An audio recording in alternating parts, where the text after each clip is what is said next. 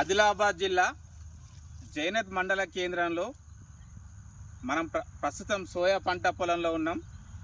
పంట 100 రోజుల కాకముందే సోయా పంటకు ఇటువంటి తెగులు రావడం జరిగింది.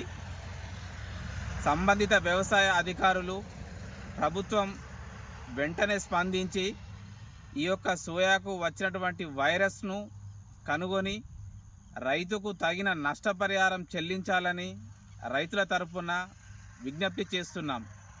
జైనత్ మండల కేంద్రంలో అత్యధికంగా సోయాబీన్ పంటను పండించడం జరుగుతున్నది.